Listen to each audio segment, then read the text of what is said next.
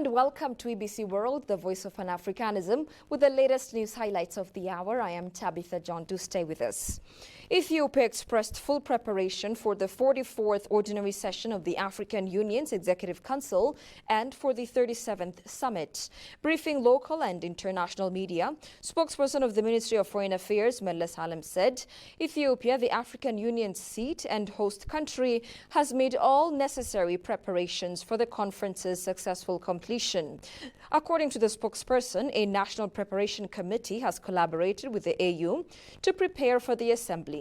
Ethiopia's preparations aim not only to host the conference assembly, but also to highlight its national interest, Meles added. The assembly will promote works in agriculture, green legacy and tourism. Ethiopia has prepared agendas to protect its national interests through sideline bilateral meetings.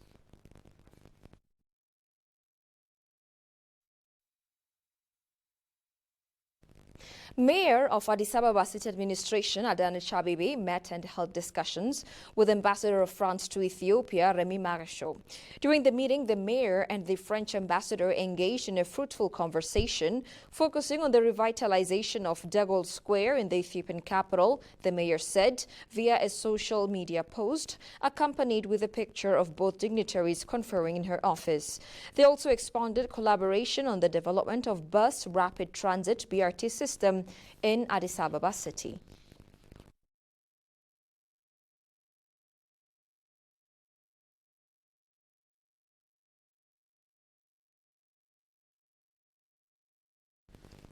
Ethiopia's ambassadors to Canada, the US and China have praised the MOU signed between Ethiopia and Somaliland for its significant benefits for the region and its commitment to regional economic integration.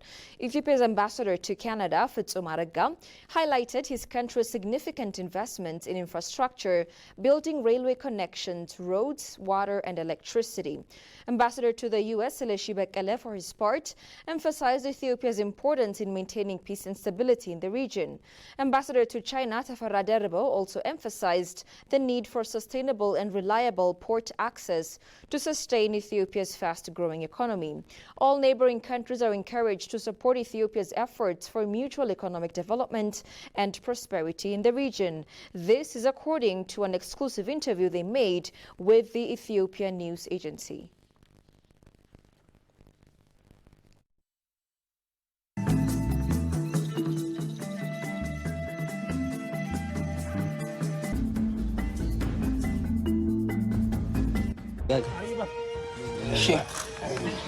Oh my gosh, I'm short. Do short people do this?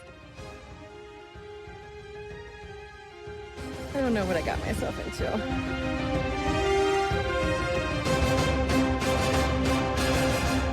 Abuna Yamata. Abuna Yamata Ga is a church high up in the sandstone mountains of Gibraltar. It sits over 8,000 feet in the air, and the only way you can get there is to climb, straight up and barefoot. After breakfast, the plan was to stop by the oldest mosque in Africa and then make our way to Hausen, the city right beside the Gibraltar Mountains, and then the next morning wake up early and start our trek to the monastery. We woke up extremely early to try to make the climb before it became too hot to the monastery.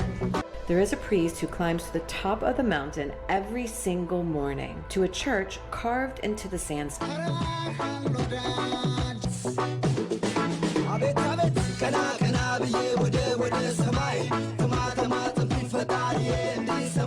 This way here by using hand grips and foot holders by barefoot. By barefoot. I completely missed that. I didn't get a ton of footage of the actual climb, but it's one of the scariest things that I've done in a very long time. I'm short. Do short people do this? Sure. The name Abuna Yamata Ga is derived from an ancient language called Ge'ez. First of all, we would like to say you well done and welcome to Gibraltar. Gibraltar is normally the name of the whole chain of mountains here. And the word Gibraltar is a Ge'ez word, which means a place with lots of up and down hills. So this church is believed that it has been built during the 6th century AD. And when you see the paintings, they are directly painted in the rock. And yes, Zan, how was it? Ooh, I did it. It was a little scary, a little crazy, but it was amazing up there. Well done. Thank you. Welcome back. UNHCR High Commissioner praised Ethiopia for its exceptional refugee policy.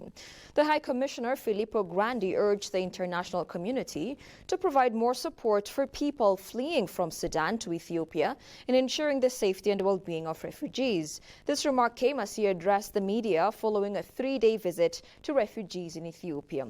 Goshu Melliso has the latest.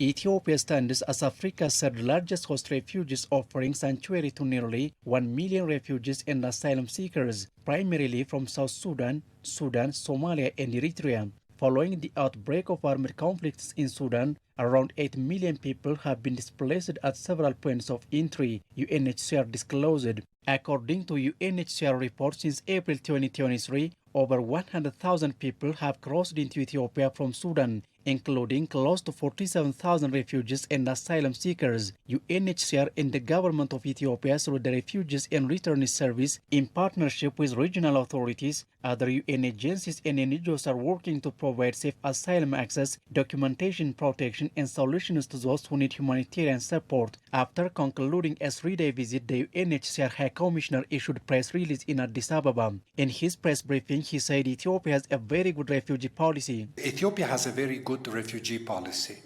because in the old days, you know, when refugees came, you created everything for them. A camp, education system, health system. This is good, maybe, but you cannot sustain it for a long period of time because the resources dry up.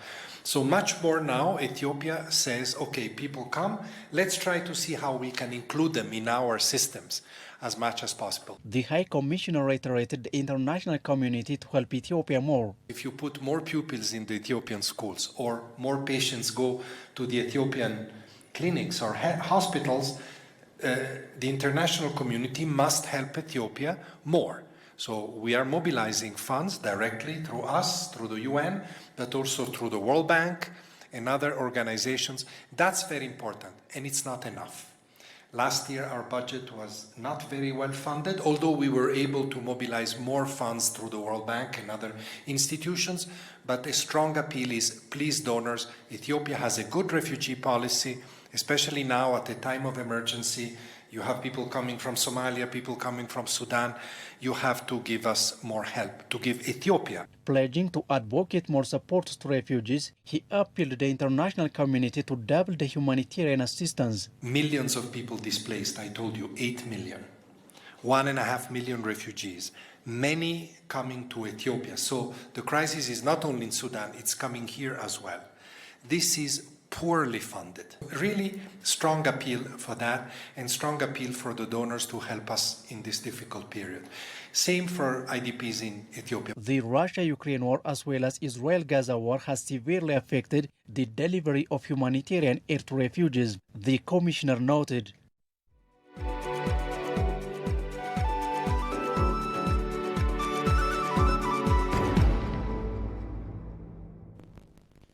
In business news, Ethiopia has signed a $28 million project agreement with the United Nations Industrial Development Organization, UNIDO, to enhance the growth of the textile and garments industry. In the signing ceremony, it was disclosed that the projects will be financed in collaboration with Global Environmental Facility, GEF, of which UNIDO's share to the program is $3 million. The project, which will be implemented by Ethiopian Textile Industries Development Institute in the next 5 years, focusing on promotion of circular economy in the textile and garment sector through introduction of resource-efficient technologies.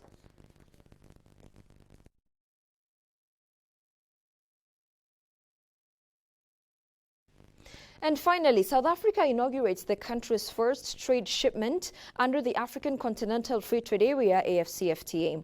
The goods were shipped off at the Durban port, KwaZulu-Natal province, which was hailed by South Africa President Cyril Ramaphosa as a historic moment in Africa's economic destiny. While flagging off the shipment, the president pointed out that the AfCFTA has the potential to bring transformative change and tremendous opportunities to African economies and businesses. Listen to this. This shipment demonstrates that the African Continental Free Trade Area has become a reality.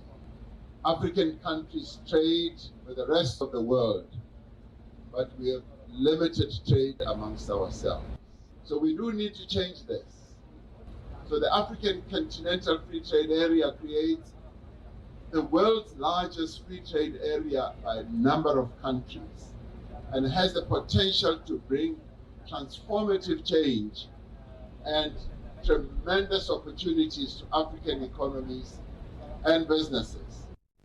Secretary General of the African Continental Free Trade Area, Wamkele Mene, for his part, implied that first trade shipment of South Africa will enable the country to receive imports from across the continent, adding that the shipment has demonstrated the milestone of the agreement.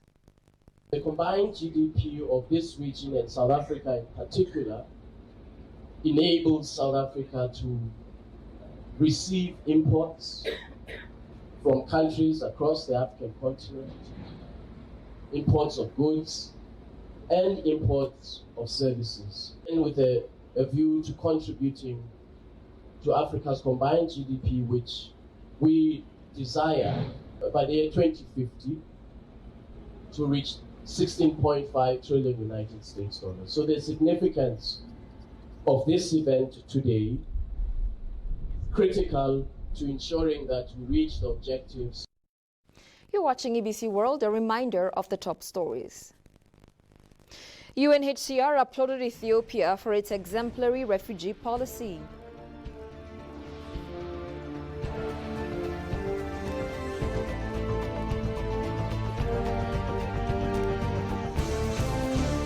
And South Africa makes first shipments under African Continental Free Trade Area Pact.